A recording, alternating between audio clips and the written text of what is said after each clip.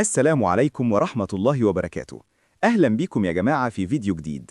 ولو لسه مش مشترك في القناة ما تنساش تدعمنا باشتراك ولايك عشان يوصلك كل جديد.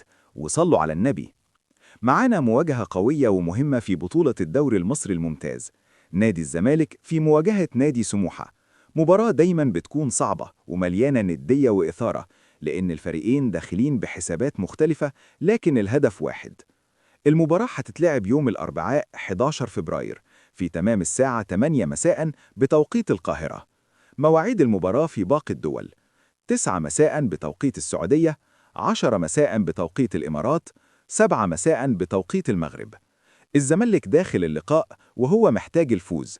3 نقاط مهمين جدا لمواصلة المنافسة في جدول الدوري واستعادة الثقة وإرضاء جماهير القلعة البيضاء اللي دايما ورا الفريق في كل الظروف.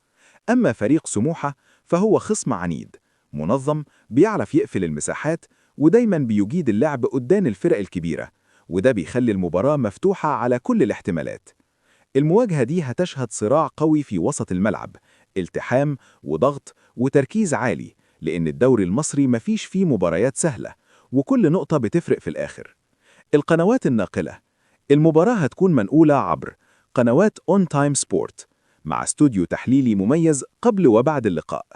قولوا لنا في التعليقات مين الأقرب للفوز في المباراة دي، الزمالك ولا سموحة، أبيض أزرق؟ وما تنسوش اللايك والاشتراك عشان يوصلكم كل جديد في مواعيد وأخبار المباريات أول بأول.